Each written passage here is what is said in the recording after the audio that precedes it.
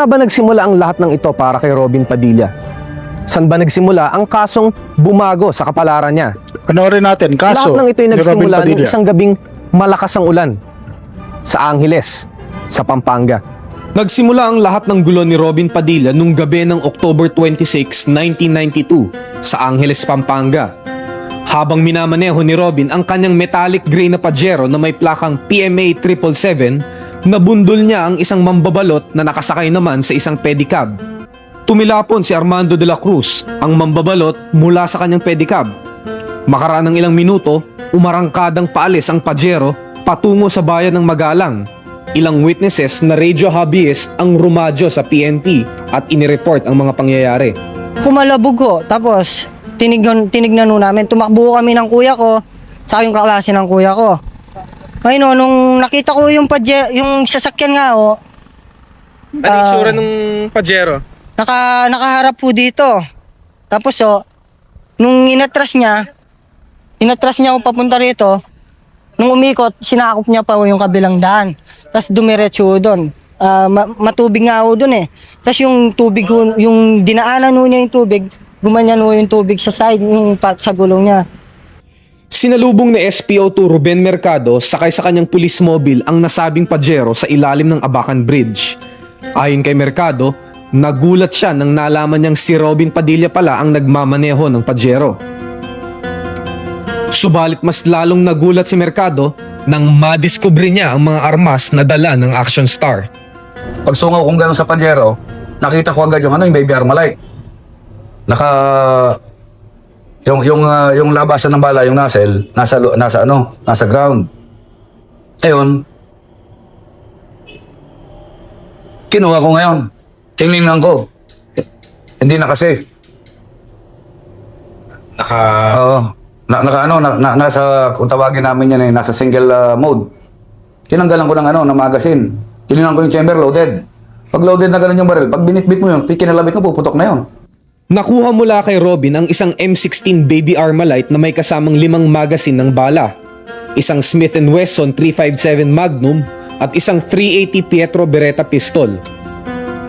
Ayon sa pulis, Grabe naman pala ang dami ng nakuwang firearms dito kay Senator Robin Hood. Senator, mag-comment ka kung saan ka papupuntang gera. Napakarami mong dalang baril nung araw o nung gabi ng October 26 na kung saan di umano nabundol mo yung magbabalot sa Pampanga, sa Angeles, Pampanga. report, walang napakitang lisensya sa mga baril at permit to carry si Robin Ayun nang lang. mahuli siya. Sabi sa kanya, Mr. Padilla, sabi ko binasahan ko siya ng rights. So, may karapatan ka akong para manahimik. Dahil lahat nga ang sasabihin mo, pwede kong gawin na laban sa iyo sa lahat ng korte dito sa buong Pilipinas. Karapatan mo rin ka akong kumuha ng abogadong sarili mong pili. At kung hindi mo kaya ka ako, bibigyan ka ng estado ng libre.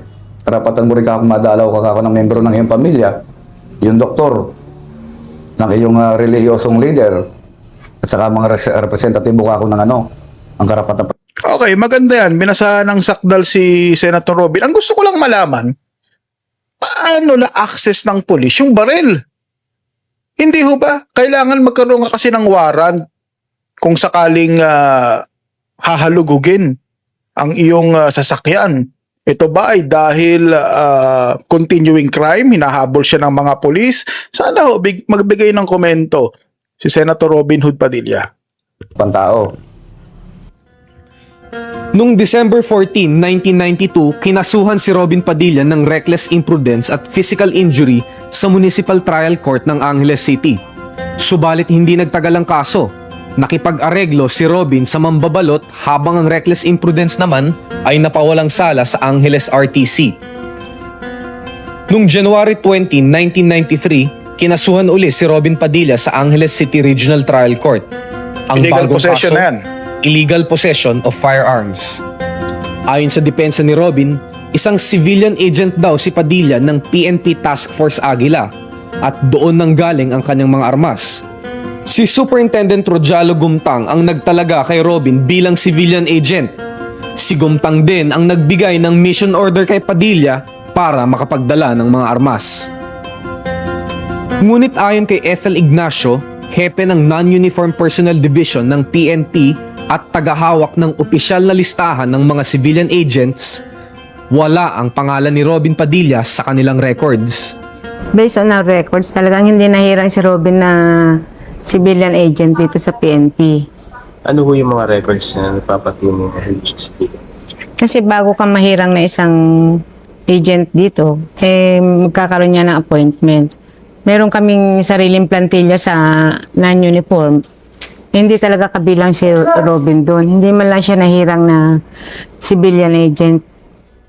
Dahil sa pangyayaring ito, na-dismiss sa serbisyo si Gumtang mula sa PNP. Noong April 25, 1994, napatunayan sa korte na nagsala si Robin ng illegal possession of firearms at nahatulan ng 17 hanggang 21 taon ng pagkakabilanggo. Grabe, ang bigat ho niyan, mga kababayan. 17 to 21 years. Paglabas dito ni Robin Hood Padilla, nasa 50 years old na siya. 10 taon na lang, senior citizen na. At saka bakit ganun kabigat, hindi ho ba? Kung yung pulis, nilaglag siya, niloko siya, binigyan siya kunyari ng mga papeles para gawing non-uniform personnel ng PNP, binigyan pa ng mga papeles para magdala ng mga baril, hindi ho ba dapat yung sisi nandoon sa nagbigay ng mga dokumentong iyon, hindi ho ba? Ang bigat ho niyan, 17 to 21 years. Grabe, doon ka natatanda. Because that is the penalty provided for, that is within the range of the penalty provided for by the law, PD 1866. The penalty for illegal possession of Unfair ho yun. arms, including illegal possession of ammunition.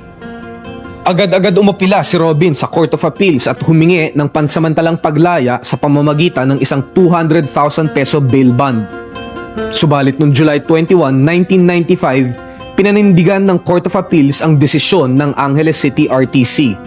Sinuspinde ang bail at inutos ang pag-aresto kay Robin. When the illegal possession of arms, when the firearm is used without a license, in furtherance of rebellion, as provided in the same decree, the penalty is death.